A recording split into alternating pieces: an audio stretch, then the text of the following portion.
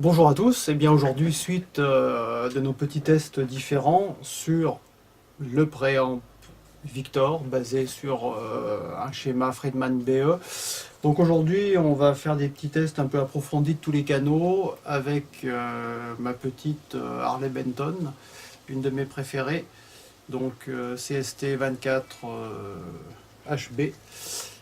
Qui est un modèle, une copie lointaine de la CST 24 PRS.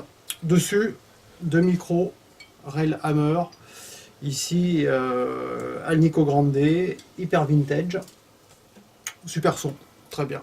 Excellent. Alors juste pour rappel, là dans notre préampli de Victor, modèle Friedman BE100, donc on est inspiré du circuit. On va pas jusqu'à dire que c'est la même chose, hein, on est bien d'accord, mais l'esprit est quand même là, voir mes vidéos précédentes. Trois tubes. Alors toute la question est de trouver à chaque fois le tube, enfin les tubes, la combinaison même qui convient le mieux par rapport à ce qu'on aime. Parce que dans tout le montage point à point, comme on peut le voir là, les tubes ont vraiment une importance, contrairement à du PCB, je dirais un peu de base.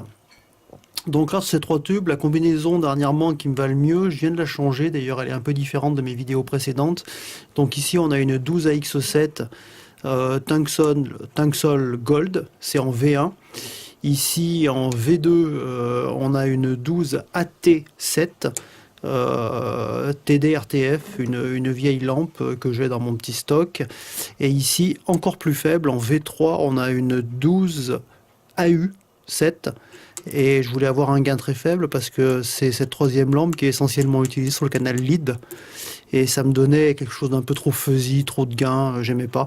Donc en fait, je suis en gain décroissant, 12 AX7, 12 AT7, 12 AU7. Pour la petite histoire, j'ai aussi fait une modification sur le petit ampli hop qu'on a ici, là, qui avait cramé lors d'un changement de lampe. Donc ça avait été l'occasion d'en essayer plusieurs. Et là, en l'occurrence, j'ai mis un Burbrand 2134 qui me va très bien. Alors d'après Victor, il est lié au premier traitement du signal au niveau du câble, avec la résistivité du câble, avec sa capacitance, etc., etc. Donc au niveau de l'entrée, là j'ai un premier traitement qui est fait avec cet ampli hop. Et celui-ci, ma foi, me donnait quelque chose de bien. Je trouvais un peu plus de rondeur. Donc en résumé, la Tunksol ici en V1 me donne du claquant et de la rondeur en même temps, mieux qu'une Gigi Tesla qui elle était peut-être un peu plus brouillonne, un peu plus sombre. J'avais une 51-57 avant dans mes tests précédents, donc là j'aime bien. Je vais essayer avec ça, je vais jouer un peu puis on verra à l'usage. Ça se marie très bien avec la 12 AT ici pour les crunchs et au niveau du lead, ici la 12 AU me permet de ne pas avoir trop de gains et ça va plutôt bien comme ça. Voilà. Au niveau de ma chaîne de son, là, je rentre par une Mad Professor Fuzz. Ici, très bonne overdrive Judge Fred de chez JMB Experience. Derrière, j'ai un hippie booster. J'adore. Et je finis toujours par un buffer.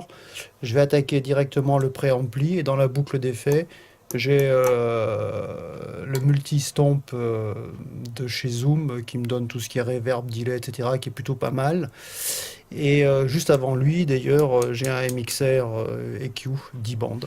Et puis après, je pars dans le return d'un ampli de puissance en 6L6 40 watts.